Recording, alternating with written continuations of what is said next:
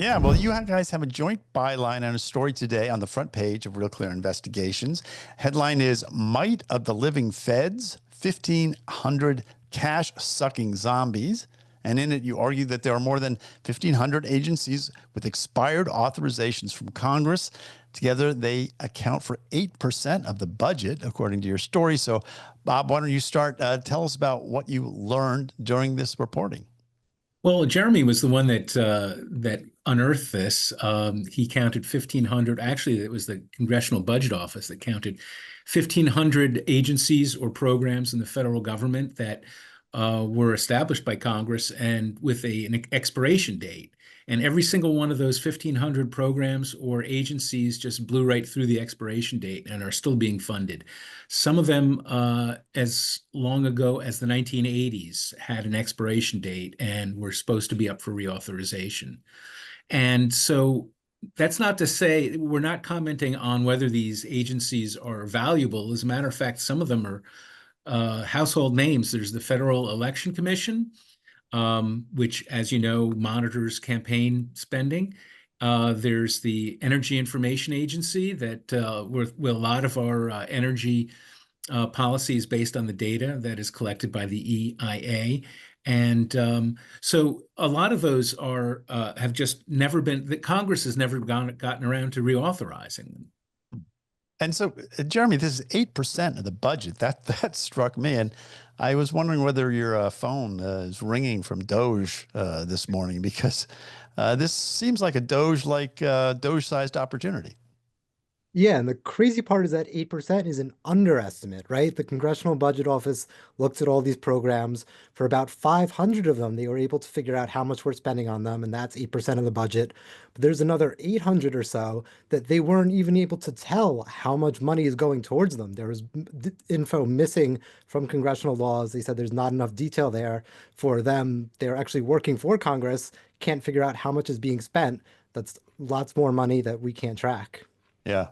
So, Bob, why are these programs carried on without authorization, and how does the budget for these, increase year to year? Because one of your examples, the Federal Election Commission, which you mentioned, you say in your article, its authorization expired in 1981, I believe.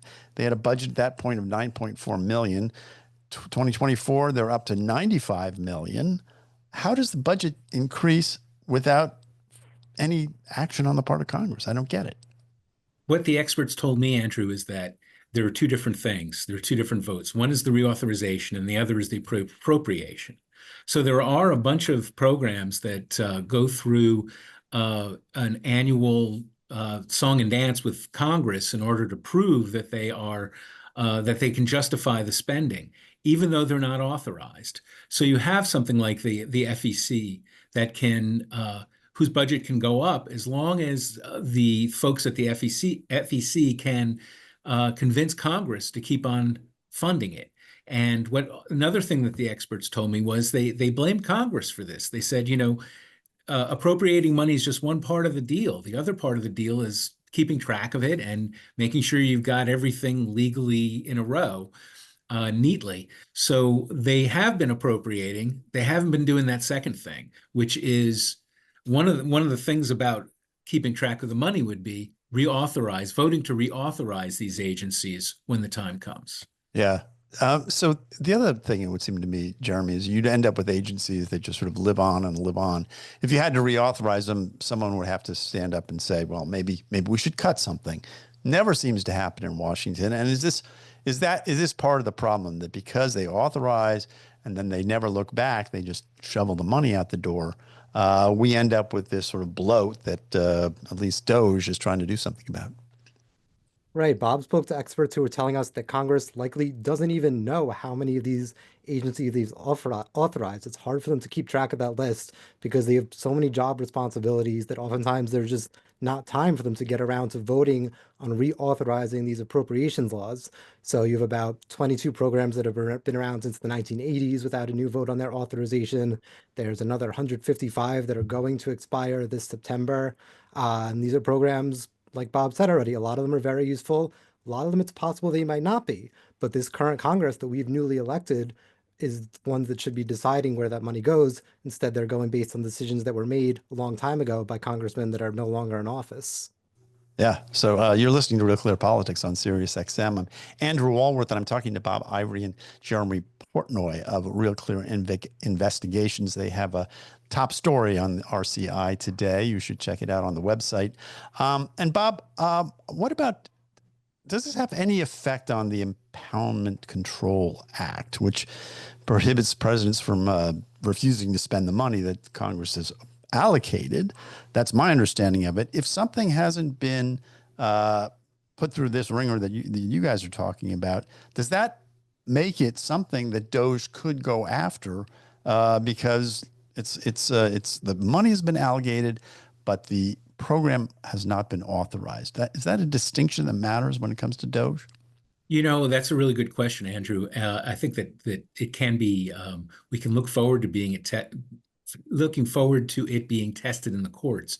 The Impoundment Act, as you said, prohibits the president from withholding funds that Congress has allocated.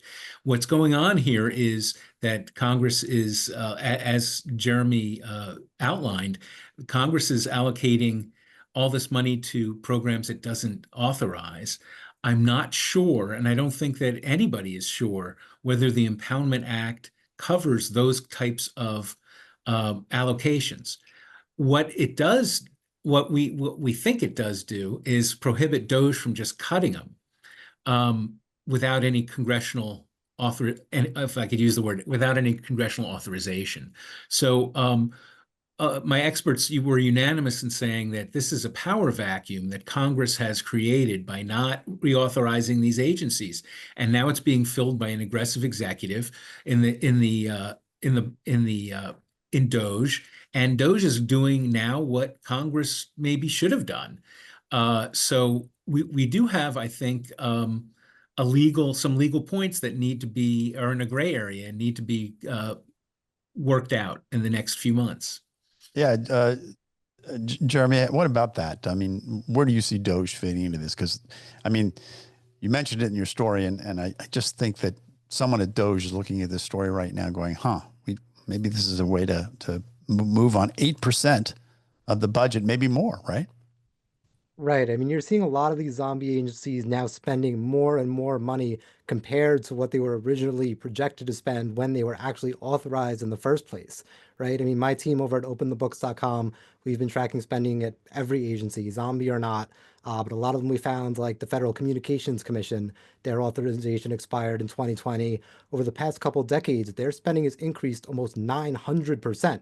So because these votes haven't come up in a while, right, Congress isn't taking scrutiny to all of these zombie programs and deciding where that funding should go with a lengthy debate. And that's how you get these huge spending increases. That's where we get a huge federal deficit that DOGE is trying to cut.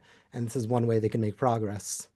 So do you think there's any chance, Jeremy, that Congress will start doing its job? I mean, they are sort of on multiple fronts, sort of being, you see this vacuum that you, as you say it, and you see the courts, you see the president, two other branches of government sort of usurping more and more of congressional power. Is Congress going to stand up and try to take back they are supposed to be co-equal with the other two branches, if not the most important branch, right? I mean, that's what we'd like to see, right? I mean, Congress is DOGE. We didn't need a DOGE in the first place. Congress is there to control spending. This latest, continuing resolution that passed didn't really cut spending significantly. They're saying it won't do much to balance our federal deficit. So when DOGE dissolves by July 4th, 2026, like they said originally that they will, it's going to be on Congress to keep making those cuts, because at that point, the budget likely still won't be balanced. It's going to be a long process to get to that point. Bob, last word. You think Congress will step up? Congress, Andrew, I don't know how long it's taken Congress to fund itself. It's taken a lot. And, if they can't do that in a reasonable amount of time, they're never going to get around to authorizing 1,500 agencies that need it.